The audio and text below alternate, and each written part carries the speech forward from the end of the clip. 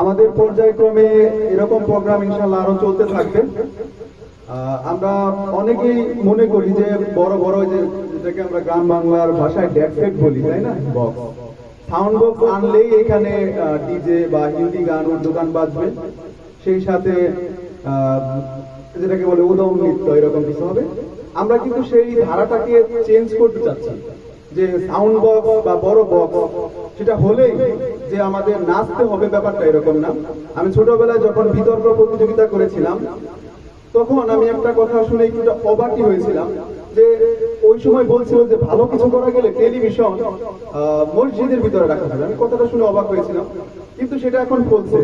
আমরা প্রজেক্টরের ভিতরে লেকচার শুনি না, সেই প্রজেক্টরই তো এক প্রকার টিভি, তাই না? আমরা সেটা কিন্তু ভালো কাজেও লাগাতে পারি। তো প্রতিটা জিনিসের ভালো এবং মন্দ দিক আছে। আমরা আমাদের